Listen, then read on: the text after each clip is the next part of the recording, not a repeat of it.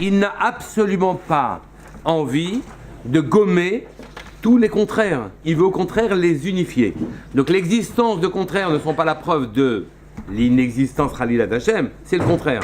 Que je vous veut unifier les contraires. Aussi, ça vous sert dans la vie de tous les jours, ce que je viens de vous dire. Sachez que les contraires, les contradictions sont la normalité même. Le fait qu'elles s'affirment parfois violemment, au bout du compte, elles sont l'expression même d'une volonté de diversité de la part d'Hachem, avec un destin de réunification, pas de réunification, pas d'uniformité, avec un destin, un devenir qui les amène progressivement à se rattacher à une centralité, celle d'Hachem. On avait dit ça déjà à plusieurs reprises. Il faut savoir que tous les mouvements sur Terre suivent ce schéma d'une manière générale. Hachem ne veut pas effacer les différences. Hachem, il veut nouer ce qui est disparate d'une certaine manière. Il veut que le tout soit un. Il veut pas soit un dans le sens pas effacé, mais que tout vienne harmonieusement fonctionner en rapport direct avec lui-même. D'accord ? Ceci, c'est le schéma de toutes les confrontations. Aussi bien à titre particulier que même dans le monde d'une manière générale. Les nations s'opposent entre elles et s'opposent à Israël en train d'affirmer une identité personnelle qui devra, en se corrodant, en se s'usant, viendra être une pièce harmonieuse du puzzle en question. Et donc, Hachem est un Dieu créateur. Il est là, il agit en permanence pour la construction de son monde. La vision de Daniel, des 4 empires, est une vision où la matière vient s'imposer, vient affirmer sa personnalité, vient affirmer sa particularité, et il va rester, une fois que Melech HaMashiach, que le Messie viendra, il va rester une harmonie, il va y avoir une harmonie générale quand l'Esprit divin viendra. Donc toute la discussion dans Ner Mitzvah, c'est de retrouver finalement cette unité. Donc l'émergence des 4 empires, ces 4 empires, ils émergent de la mer. Vous avez vu ? Oui ? Ils émergent de la mer. Et pourquoi ces 4 empires émergent de la mer ? Parce que s'ils venaient de la terre, ça aurait été dramatique. La mer, au bout du compte, c'est quelque chose qui n'a aucune organisation, qui est même contre l'organisation par principe. La mer, c'est un milieu liquide. La mer, c'est un milieu liquide. C'est un milieu sans forme. C'est pas un milieu difforme, c'est un milieu aforme. Il n'a pas de forme par essence. Oui. Et donc, les bêtes sortent de la mer. On peut dire aussi que le monde lui-même, avant d'afficher sa cristallisation, avant de fabriquer sa cristallisation, il est quelque chose qui ressemble à la mer. C'est la raison pour laquelle les bénis d'Israël, en sortant d'Égypte, ont pu couper la mer, car le niveau qu'ils avaient acquis les mettait au niveau de peuple accompli. Alors, les bêtes sortent de la mer, les 4 empires sortent de la mer, et dans le Midrash, c'est marqué, si les Juifs sont méritants, alors ils viennent de la mer, si les Juifs ne le sont pas, alors ils viendront de la forêt. Oui ? Forêt et mer, c'est 2 endroits inhabités, évidemment. Étant entendu que, d'une manière générale, Israël, c'est l'endroit habité. Israël, c'est pas le pays, Israël, c'est le peuple. Lui, il est à comparer à un yishuv, à quelque chose qui se construit, à une ville, avec des avenues, avec une utilité, avec une personnalité. Il y a 2 oppositions, la mer, inorganisée, et la forêt, inorganisée aussi. D'accord ? Mais pas de la même manière. Si les Juifs sont méritants, les animaux montent et tirent leur force de l'élément liquide, c'est-à-dire avec une faible vitalité, peu de personnalisation, oui, peu de metsiout, peu d'existants, oui, et donc à ce moment-là, leur violence en s'imposant et en s'opposant au clan d'Israël, leur violence sera moins forte que si les Juifs manquent de mérite, et donc leur violence sera bien plus importante, d'accord ? Elle viendrait à ce moment-là de la forêt. La mer est un milieu inorganisé, les bêtes qui viennent de la mer, et quand on les mange, n'ont pas de shrita. oui, leur vitalité, leur âme qui est dans leur sang n'est pas interdit que des rabanan. D'accord? Et il n'y a pas de shrita, c'est-à-dire vous ne les videz pas de leur essence pour les manger. Vous pouvez les manger directement. Un thon, il a beau peser beaucoup plus qu'un chevreau. Le chevreau, il faut une shrita. Pour le thon, il ne faut pas de shrita. D'accord? Et donc, ici, si la mer est l'inorganisation. Ces bêtes et ces empires viennent d'un endroit inorganisé, ce qui ne représente pas, ce qui n'est pas la même chose que la terre ferme. D'accord? La terre ferme représente la matière brute, la mer représente, excusez-moi, la matière brute et inorganisée. La terre ferme, c'est déjà un début d'organisation.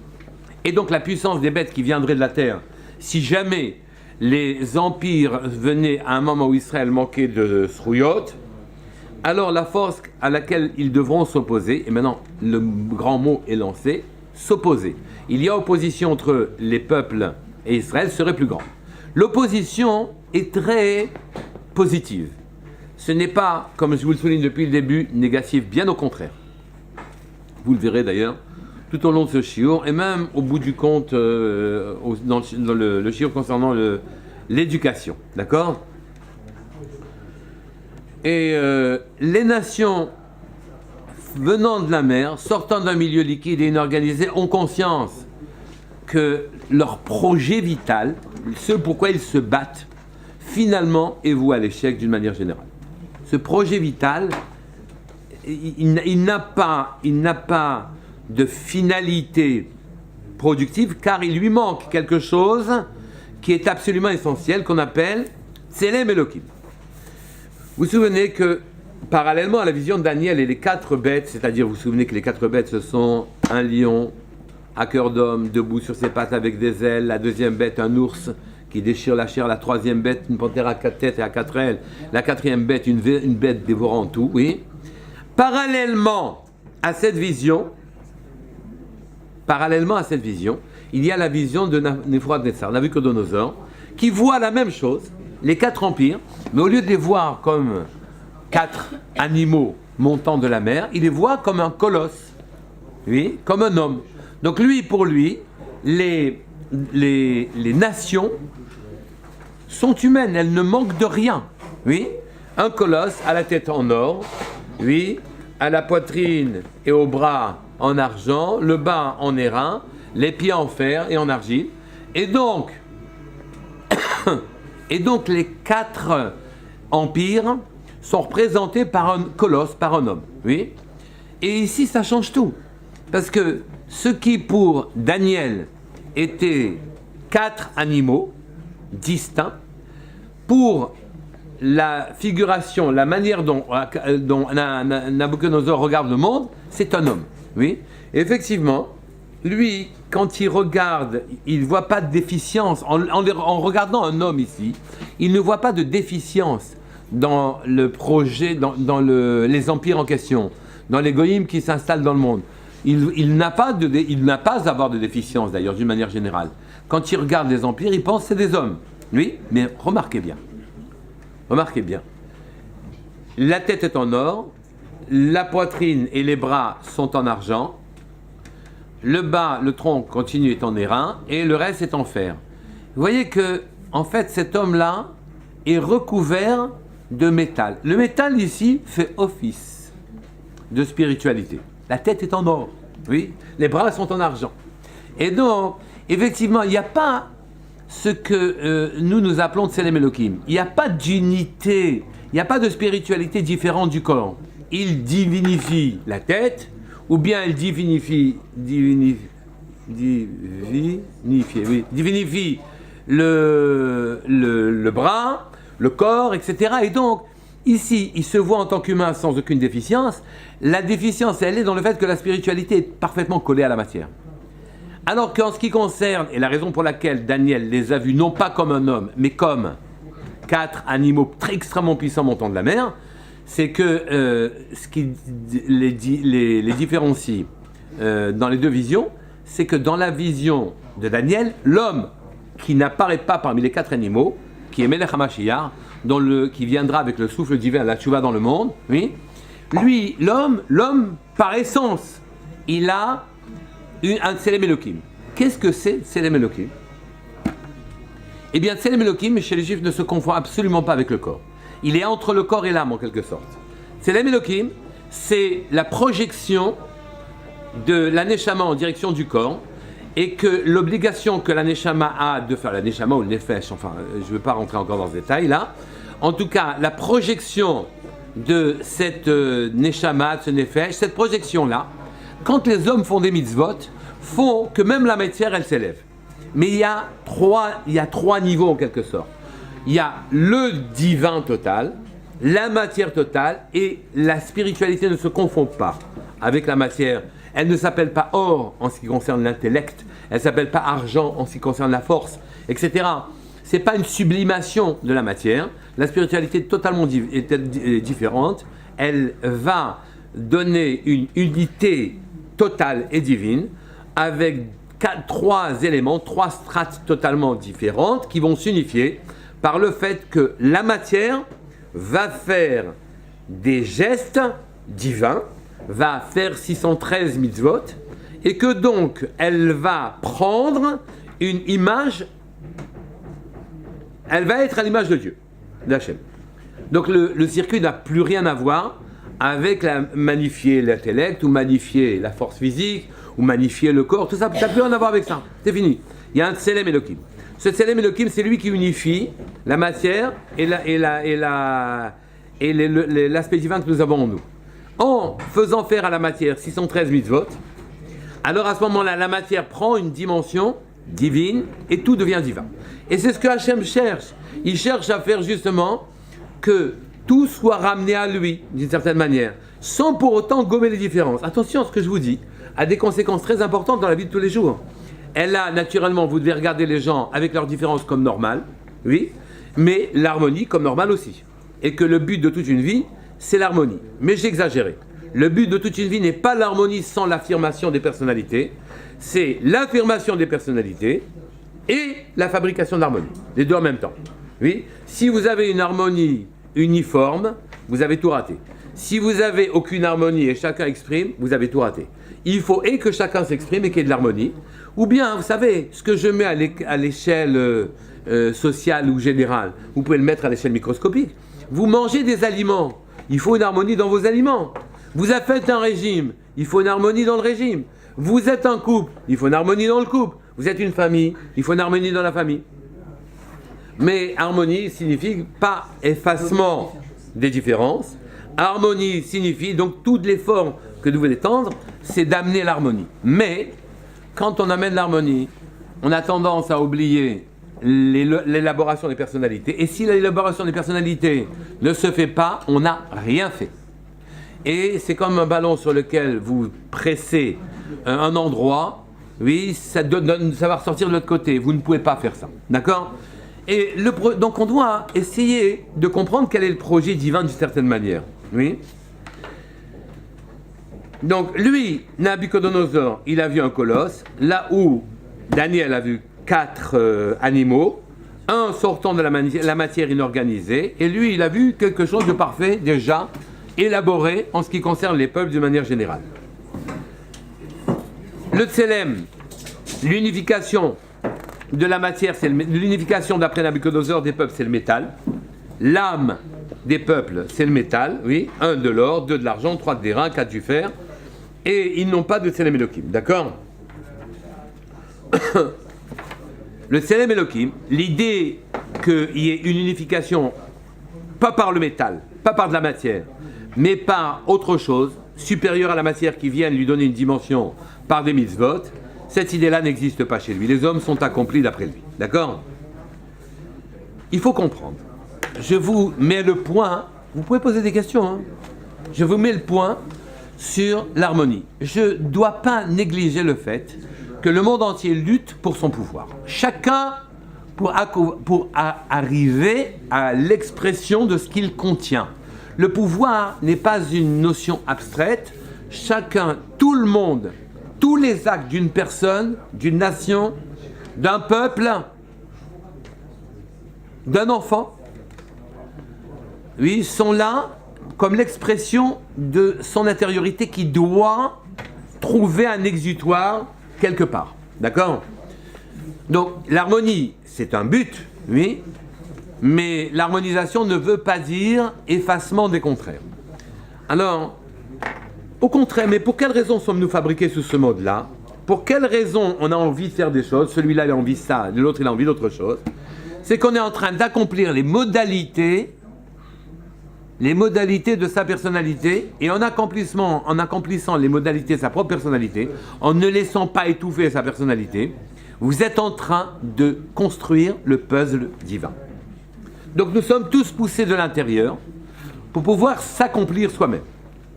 Personne, tous vos mouvements, depuis prendre un verre pour boire de l'eau jusqu'à faire des grandes choses, oui, tous nos mouvements sont là parce qu'il est inscrit en nous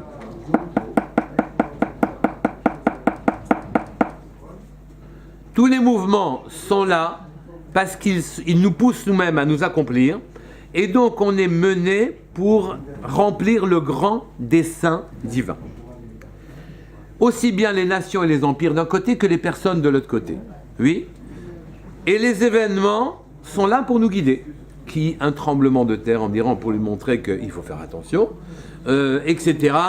Le décor est là pour construire, pour amener l'humanité vers le projet qu'Akadosh Baruch Hu veut, mais en respectant l'intériorité de chacune des personnes. Donc chacun se déploie. Chacun se déploie. L'humain a été programmé pour se déployer. Il a une volonté d'être. Il a une volonté de s'afficher, de s'affirmer.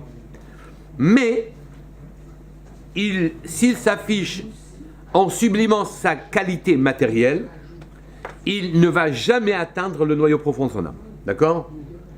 Il va avoir de l'or, comme une tête en or, des bras en argent, etc. Mais il ne va pas, viscéralement, il ne va pas s'inscrire dans un projet général, dans un projet divin. Et c'est ça les deux visions, celle du colosse d'un côté. La fin du colosse, c'est qu'une petite boule d'argile viendra casser le pied, viendra taper sur l'argile du colosse, et l'ensemble du colosse va s'effondrer. Chut. Est-ce que c'est ça qui a procédé de l'envie de faire le veau d'or, de choisir de l'or et une matière opaque comme ça? Bien sûr, ça veut dire on veut de la spiritualité, mais quand même qu'on comprenne quelque chose, quoi, qui soit en rapport avec l'humain. On n'aimait pas la manne non plus, qui était trop spirituelle pour nous. Oui. Et donc, régulièrement, on ramène à notre matière, mais on vit chez les peuples, on vit chez les goïms de manière générale. Et donc, vous ne pouvez pas vivre dans un environnement de goïms sans être profondément marqué, au bout du compte, imprégné de leur manière de voir. Donc, nous aussi, l'intellect, c'est de l'or, la force, c'est de l'argent, etc. D'accord? Maintenant, examinons les choses un peu plus précisément. D'accord? C'est quoi la nature des 4 empires? Je vous ai fait des feuilles. Vous l'avez? Vous avez? Alors, la première bête, vous vous souvenez, c'est un lion avec un cœur d'homme. Quand la création, quand les hommes sont venus sur Terre, le premier instinct, oui, c'est d'afficher qu'on existe et qu'on a du pouvoir. Et le premier instinct, c'est Babel, oui, qui s'exprime en bégayant, oui, qui ne sait pas qu'est-ce qu'il doit afficher pour exister. C'est la première fois qu'un empire essaye de réunir ses cohortes et d'avoir un minimum d'organisation pour exprimer une personnalité. Le premier empire, c'est Babel. Oui, Babel dans le sens Bilboul, dans le sens désorganisé. Elle ne sait pas comment, mais elle doit exprimer une volonté de puissance. Et effectivement, on voit que Daniel, quand il s'adresse à Nabuchodonosor, il lui dit roi des rois, bref, vous savez, il a un complexe qui l'empêche, il faut qu'il s'affiche, qu'il s'affirme, qu'il existe. Le monde vient d'exister en quelque sorte. L'empire qui vient exprimer une culture, c'est la première fois qu'il s'exprime. Il va être comme quelqu'un qui vient s'imposer dans un poste, oui, il en fera plus au niveau autorité que ce qu'il fait à partir du moment où il a pacifié un peu les contraires et qu'il existe, oui. Et donc, effectivement, Babel, c'est la volonté de puissance, oui. Un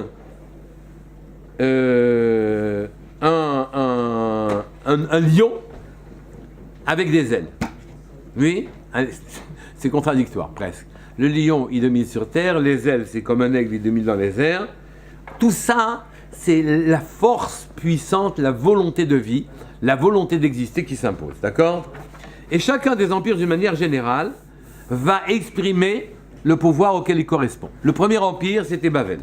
Le deuxième empire, vous le connaissez, c'est celui de Haman, oui? Enfin, de Haman. De Achashverosh, oui. Achashverosh s'appelle Achashverosh dans le Midrash, et Achashverosh, qui s'appelle Achashverosh dans le Midrash en question, il dit qu'il a appauvri tout le monde. Là, c'est un deuxième instinct, l'instinct de tout récupérer, de tout gagner, de tout. Il n'y a pas un argent qu'il ne pouvait pas avoir. Il avait 127 provinces comme un patron et propriétaire de son entreprise. Tout le monde était pauvre. Rash, Achashverosh, il y a le mot Rash dedans, la pauvreté, il a appauvri tout le monde. Ici, ce n'est pas l'instinct, la force vitale pour exister, c'est la force vitale pour posséder. Oui, ramener tout à soi. Ça aussi, c'est une manière d'exister. Vous comprenez bien que ces empires-là, qui sont la première centralité et organisation sur Terre, expriment des idées simples, oui, des idées claires. Je veux vivre, ça c'est le premier. Et alors, je suis le patron de tout, je suis le roi du roi, etc. Ça, c'est des fois peut-être ça. Et le deuxième, c'est tout m'appartient, tout est à moi. C'est à moi tout, d'accord? Ça, c'est le deuxième empire, celui de la Perse, d'accord? Et il est représenté, lui, non pas par un lion, qui est une bête relativement élégante, mais par un ours, oui? Un ours, c'est un animal égocentrique, qui ne pense à rien d'autre qu'à lui, qui dévore de la chair, avec une puissance brute extrêmement importante. Et donc, l'ours, lui, en question, c'est le deuxième empire, celui des Mèdes et des Perses, de Haman. Haman n'était qu'un trublion dans l'esprit de Achashverosh, et il a su comment prendre Achashverosh. Il dit: je t'achète les Juifs, oui, pour les détruire, je te les achète. Il n'a pas dit, Achashverosh s'en fout, il s'en fiche de détruire ou pas détruire. Ce qui compte, c'est l'argent. C'est tout. Oui, d'accord, tu sais quoi, je te redonne l'argent, c'est une question d'affaires. Je te redonne, reprends, redonne, etc. C'est ça, hein. C'est la cupidité, la possession qui caractérise le second empire. Le troisième empire, l'empire grec, oui, lui, c'est beaucoup plus élégant, il voit comme une panthère à 4 têtes. Et vous vous souvenez que dans la vision, c'est marqué « à toi tu auras le pouvoir ». Effectivement, la panthère a le pouvoir et ne l'a pas quitté. Le monde entier est sous la domination de la panthère en question. Elle a l'audace. Elle représente l'affirmation de l'intellect. C'est pas seulement que je suis fort. C'est pas que seulement tout m'appartient, comme le voulaient les deux précédents empires. Mais moi je pense, et moi je pense, et moi j'ai raison, et moi, sa manière dont je lis la réalité, c'est la bonne. Quand bien même j'oublie naturellement que j'ai été une créature, et qu'il y a qu'Hachem qui m'a créé, et que c'est lui qui a fait le monde, donc qui a à la fois la maîtrise de ma personne, et la maîtrise de mon décor, et la maîtrise des événements, oui, et de l'histoire. Ah ben non, je suis là, et je pense, et le grec s'affiche, il amènera l'obscurité dans le monde, parce qu'on ne saura pas réfléchir autrement que par les magnifiques schémas de raisonnement qu'il mettra à notre disposition. Et comme ils sont extrêmement efficaces, et que sa culture, elle correspond, elle colle à une réalité immédiate que l'on voit, que l'on peut percevoir, oui, alors à ce moment-là, hein, la culture grecque est quasiment toute puissante. Si on parle de culture, on parle des Grecs. Oui, la civilisation hellénique, elle a avalé la culture même romaine. Il n'y a plus de culture romaine. Les Romains ont adopté la manière de penser des Grecs, c'est-à-dire la matière elle-même, elle a les moyens de se comprendre et d'agir en fonction de sa compréhension. Les Grecs donc affirment l'intellect, d'accord? Et ils ont créé la science. Ils ont créé une vision du monde suffisamment performante et suffisamment efficace matériellement pour finalement remplir nos pauvres besoins en spiritualité. Ce que l'on a de spirituel peut être satisfait, rassasié avec les projets. Il m'est arrivé de voir des gens qui disaient « Bon, mais maintenant on va vaincre la vieillesse, c'est une question de temps et d'argent, etc. » Et donc, elle a toutes les qualités, la Grèce, pour venir imposer sa culture au monde entier. Elle a la philosophie, la psychologie, les mathématiques, et tout le monde entier, en quelque sorte, est géré à la grecque. On n'a pas que les salades à la grecque. Vous disiez mis en équation. Exactement. Elle a mis en équation le monde entier. Exactement. Et donc ici, elle a l'audace de s'opposer au Créateur. Celui qui affiche son pouvoir par sa vitalité, on le comprend.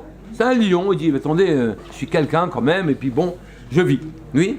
Celui qui affiche que tout lui appartient, oui. De toute façon, c'est une question de temps, ça ne va pas durer longtemps, au maximum c'est 120 ans, d'accord? Ça gêne personne, mais afficher que j'ai pas besoin d'un créateur, ni de son intervention, il n'y a plus que l'audace des Grecs, oui, pour y parvenir. Donc les Grecs sont là, oui, pour dire que la chokhma, elle est matérielle. Elle est en or. Elle est une sublimation de la matière. La chokhma est humaine, oui. C'est l'instrument de connaissance du réel. C'est avec ça que je vais savoir. Dieu m'a mis, Hachem m'a mis, dans un monde où il pensait, il espérait que quand je ne comprends pas, ça me rapproche de lui, en me disant comment ça a pu être fait, c'est incroyable ce monde-là, etc. Les Grecs sont venus et ont introduit, ils ont mis le pied dans la porte qui nous permettait d'aller vers le haut, vers les cieux, oui, et ils ont bloqué cette porte-là en disant il y a moyen d'expliquer autrement. Il n'y a pas, vous êtes des mous, oui, il y a moyen d'expliquer autrement. La raison humaine me permet d'interpréter le réel. J'ai une efficacité immense et je peux gérer la destinée des hommes. Il ne faut surtout pas se tourner vers le divin. La pensée transcendante n'existe pas pour les Grecs. La pensée immanente, elle occupe tout l'espace, d'accord? Et elle permet de s'arracher à la pesanteur des choses, effectivement.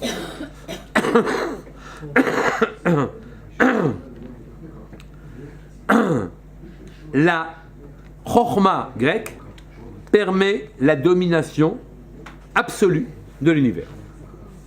Oui? À leur sens. Oui?